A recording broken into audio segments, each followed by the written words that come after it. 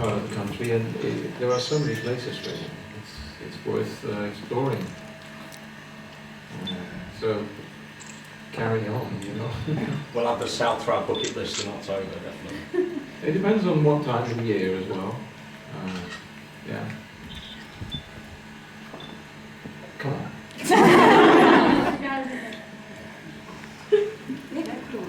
Morten, talking about countries, you've been to Paris, you're in London tonight, talking about Brazil. What do you think about the World Cup? Who will win? I can answer that.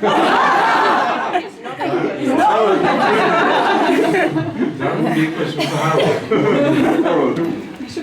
I think it's Germany. Thank you. Good. Great answer.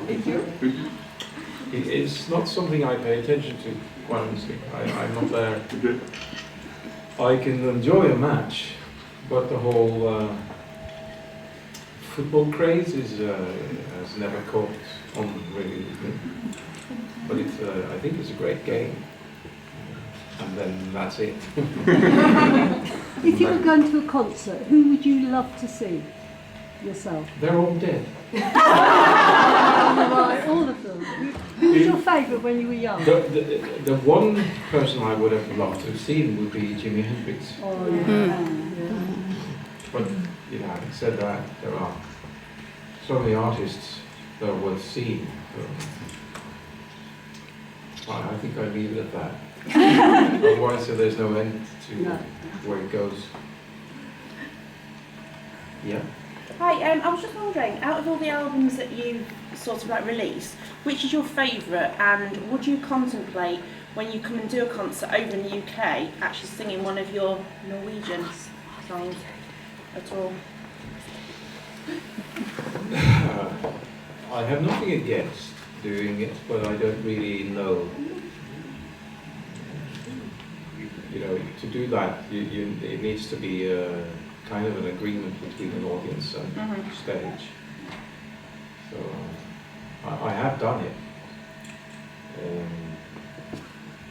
I did this.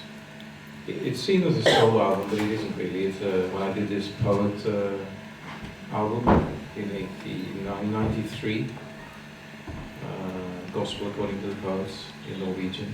It wasn't really my album, but I was invited to interpret the piece as a singer. That was a great learning experience for me because of the way it was done. I didn't learn the melody. I intuitively responded to it. It was laid down on the track parallel to the rest, so I could hear the melody played on a piano or some instrument while I was singing it for the first time. So everything happened instantaneously, there and then. There were no other takes. So there's an urgency to things there that was very interesting. And I think I've had a lot of, that album has given me quite a lot back. Yeah. And would I play here? It doesn't. It's not about really where.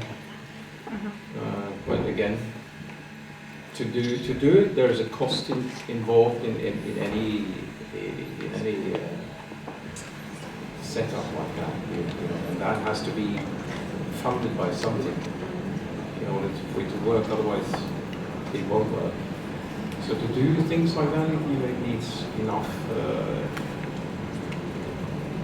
will, you know, from enough people. Then things starts to move. What was your most fun video to make out of all your videos? Fun. And going back to my heart, because there's some really fun ones to watch, like touching and all that. All the way back to 2009. Yes.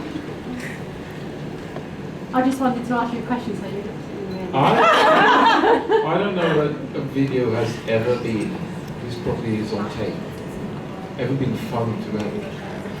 Because the making of them happens maybe at 4 in the morning, and when you really are busy doing something else, because it's not really what you do as a band. You're not in it for the videos. we do them, and then if you have to do them, and you need to do them for this or that reason, you want it to be something interesting. And sometimes that happens. So there are videos that I think that I like the result of. And there are videos Touchy? Touchy is a song that never really landed. So we can go further back than the video. I think the Touchy video is better carried out than the recording. What's your favourite song to sing off the new album? When I say that, the Touchy, I think that Touchy actually has some really, really good musical elements in it. But it's the way the whole soup ended up that never really sang. You know, it was one of the biggest houses. Actually, you were the one. Yeah, you are the one I know. But, yeah. Well, I think we all three of us have felt kind of awkward about Touchy. You have to have some of that. Do you have any other musical projects in the pipeline? Do I have? Any musical projects in the pipeline, or album, or? They're more in the bloodline, really. So it's something that happens, when it does.